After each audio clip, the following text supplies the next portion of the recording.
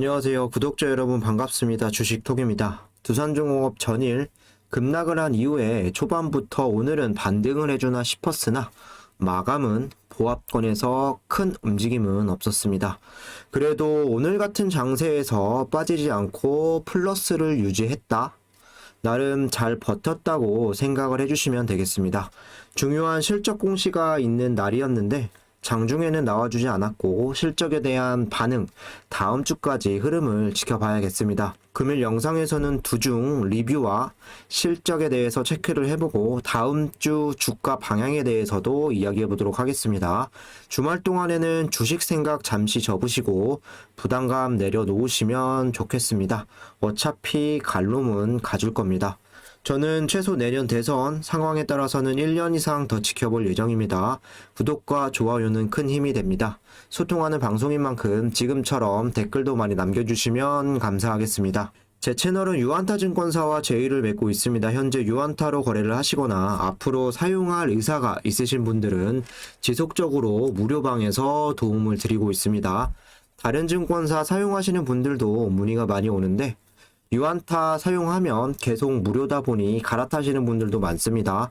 두 번째 계좌는 유한타로 이용을 하셔서 도움 받아가셨으면 좋겠습니다. 텔레그램 정보방에서는 두중을 중심으로 브리핑, 수급, 또 이슈, 매수 타점을 공유드리고 있고 시황 분석이나 종목 추천 그리고 보유 종목도 관리 도와드리고 있습니다.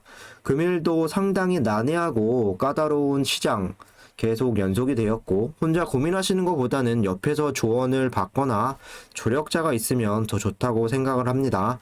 무료 정보방 입장이 되시면 두중 실시간 대응 받으실 수 있고 혼자서 대응하기 어려우신 분들 그리고 꾸준히 수익 보고 싶으신 분들은 언제나 환영입니다. 참여 원하시는 분들은 댓글에 나와 있는 제 번호로 문자를 주시거나 1대1 카톡으로 문의 남겨주시면 되겠습니다. 그럼 구독, 좋아요 눌러주셨으면 영상 시작을 해볼게요.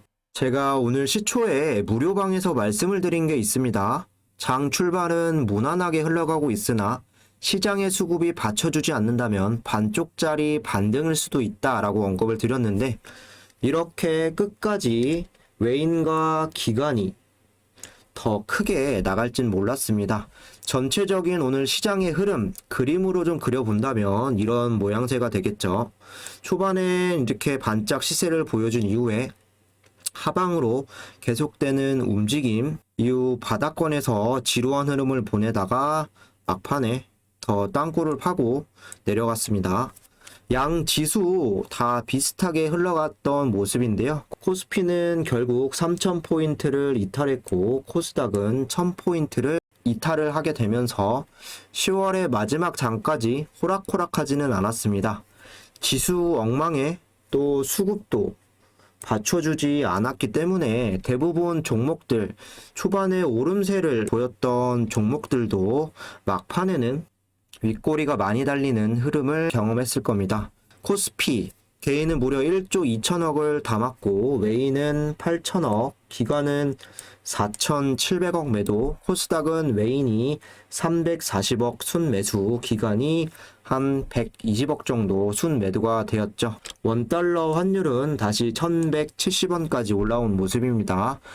환율이 1160원까지 이렇게 빠지든 아니면 다시 올라오든 외인들은 그냥 국내 시장에 잘 안 들어오는 경향이 최근에 좀 짙게 나타나는 것 같습니다. 시장 자체가 이러니 개별 종목들도 당연히 좋을 순 없었습니다. 약 500여 개의 종목만 상승을 했고 1700여 개가 되는 종목들이 하락을 보여주었습니다. 오늘 같은 시장은 내 종목이 많이 빠지지 않고 그래도 좀 빨간물이 들어오면서 마감이 됐다. 그럼 선방했다. 이렇게 이해해 주시면 되겠습니다. 두산중공업도 어제와 비슷한 흐름에서 악재만 없었다 뿐이지 흐름은 전체적으로 비슷했습니다. 초반에 고가 3.3%까지 또 반등세를 보여주기도 했으나 종가는 플러스 0.83으로 마무리가 되었죠. 다른 종목군 다른 섹터들에 비하면 원전 테마 잘 버텼다고도 보여질 수 있는데 계속 기대감을 살려가는 이런 상황이고 마이너스로 끝나지 않은 게 다행이었다. 시장은 이 정도로 좀 보시면 될 것 같습니다. 금일 수급을 체크하기에 앞서서 어제 수급이 많이 나간 것도 아닌데 주가는 거의 6% 부근까지 하락을 했었죠. 왜 이렇게 주가가 많이 빠졌나 궁금해 하신 분들이 많으셨는데 어제 이렇게 많이 빠진 이유는 JP모건, 그리고 모간서울, 메릴린치, 골드만삭스까지 주요 외국계 수급들이 어제 합으로 한 40만 주가량 나간 걸 오늘 체크를 했습니다. 뭐 어제 한 6% 가까운 하락이 어느 정도는 이해는 되시죠? 금일 같은 경우는 오늘 외국인이 123만 주 던졌죠. 개인이 107만 주가량 순매수, 기관이 9만 9천 주 순매수로 이렇게 물량을 개인과 기관이 받아갔습니다. 프로그램 매매는 126만 주 이탈을 하면서 오늘 주가가 왜 갈 수가 없었는지 수급에서도 단적으로 알 수가 있죠. 역시나 개인들의 힘으로는 역부족이죠. 전일에 금융투자가 26만 주가량 좀 들어오기는 했으나 하루 만에 다시 18만 주가 나갔습니다. 역시 외인과 금투는 꾸준히 들어오지는 않습니다. 며칠 들어와도 크게 나가버리고 들어와도 계속 나가버리고 이런 상황을 계속 연출을 하는데 사실 별로 도움이 안 되는 수급들입니다. 그나마 다행인 건 JP모건이 오늘 프로그램 매도세를 동반을 해서 약 23만 주가량 또 나갔는데 그 물량을 연기금이 20만 주나 받아 먹었다. 좀 위안을 삼을 수가 있겠습니다.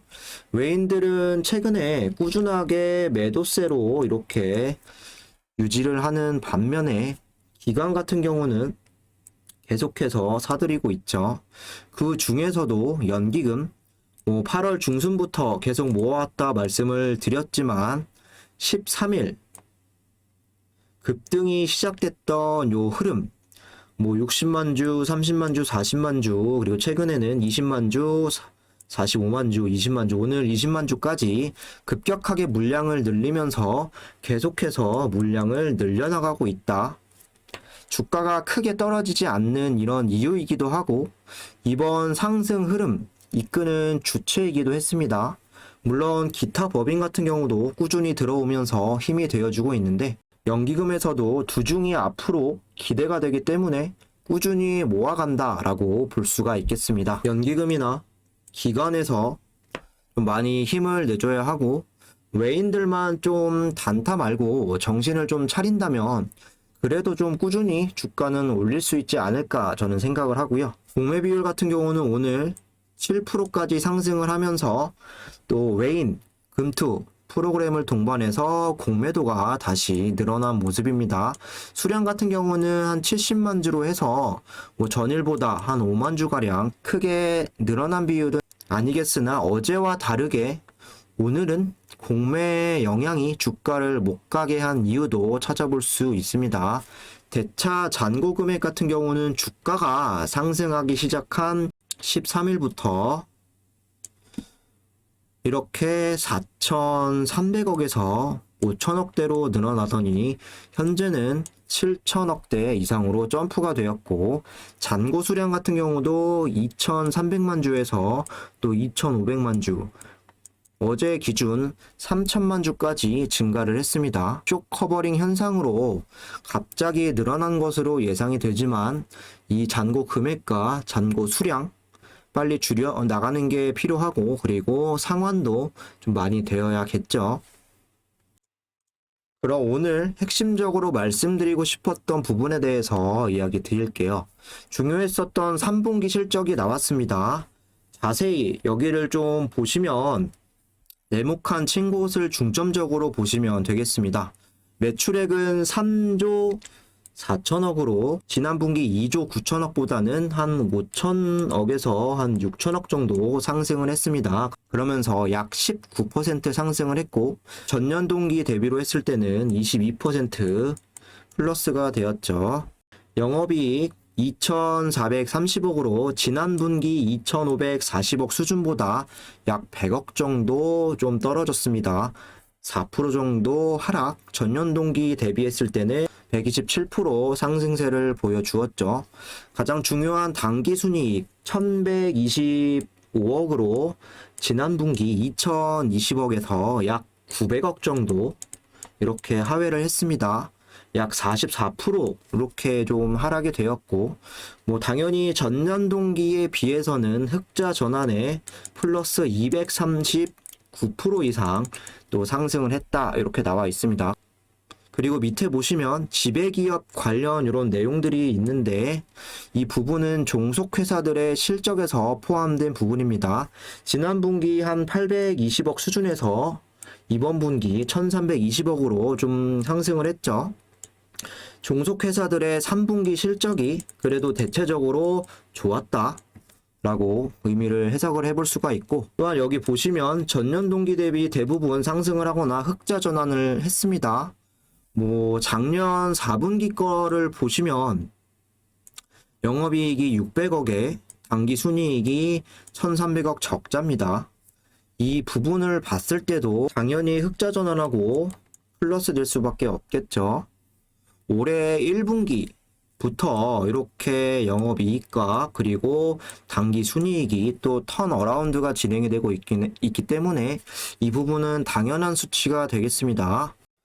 그럼 정리를 다시 해보면 매출액은 3조 4천억 원 정도가 되겠고, 그리고 영업이익 같은 경우는 2,430억 수준, 그리고 당기순이익은 1,120억 수준 이렇게 좀 책정이 되겠죠. 실적이 잘 나왔다고 생각이 드시나요? 아니면 뭐 적다고 생각이 드시나요? 매출액은 원래 계속 잘 나왔던 이런 회사였고, 영업이익과 당기순이익이 좀 중요한 부분인데, 영업이익은 지난 분기에 준하는 이런 수준으로 나와 주었고, 당기순이익 같은 경우는 좀 많이 떨어진 상황입니다. 예상했던 대로 본격적인 원전에 대한 수주가 나오지 않아서 실적 부분 뭐 크게 기대할 수는 없었습니다.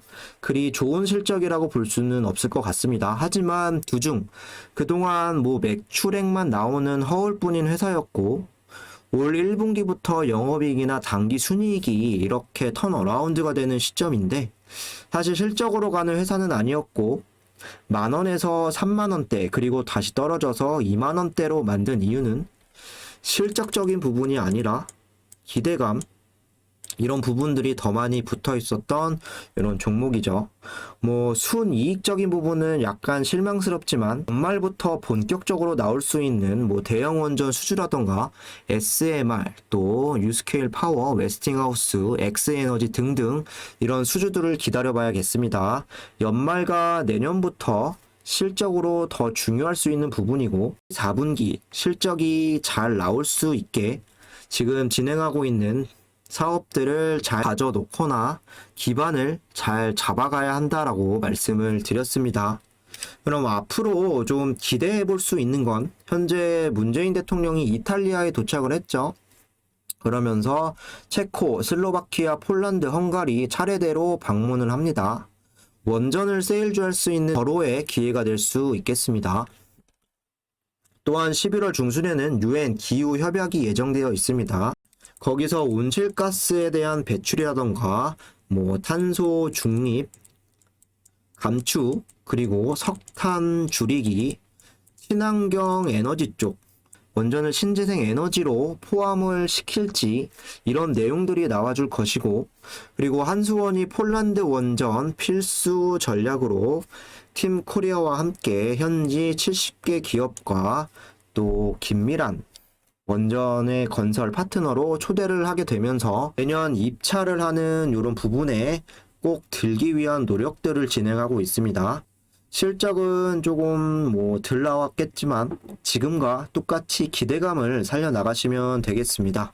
기술적인 분석을 체크를 해보면 실적이 좋다거나 뭐 깜짝스러운 이런 부분은 아니었기 때문에 긍정적으로 생각을 해볼 수는 없겠죠. 나오지 않는 이상 주가가 별 반응이 없던지, 아니면 조정이 좀 나와도 얼만큼의 조정이 나오는지가 중요하겠죠.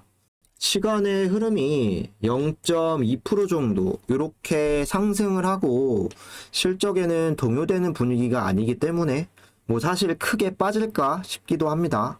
종가가 오늘 24,400원에 마무리가 되었기 때문에 역시나 1차는 24,000원에 사수가 우선입니다. 그 다음에 만약에 빠지게 된다면 23,800원, 23,300원, 그리고 마지막으로 23,000원 자리는 꼭 지켜나가야 하는 순차적인 포인트겠죠. 다음 주 흐름을 보면서 신규 매수 자리를 잡거나 추가 물량 늘리는 이런 포인트로 잡아가도록 하겠습니다. 너무 걱정하지 마시고 만약에 떨어지게 되면 좋은 자리에서 잘 선점해서 좀 가져가시면 되겠습니다. 이상으로 영상 마무리하도록 하겠습니다. 구독과 좋아요 안 누르신 분들은 다시 한 번씩 부탁드리고 도저히 혼자서 대응하지 못하시겠다. 댓글에 나와 있는 번호로 문의 주시면 되겠습니다. 유안타 증권만 사용을 하시면 계속적으로 무료로 관리를 도와드리고 있고 앞에서 말씀드린 것처럼 8월 말부터는 꾸준히 수익을 내어드리고 있습니다. 많은 참여 부탁드리도록 하겠습니다. 감사합니다.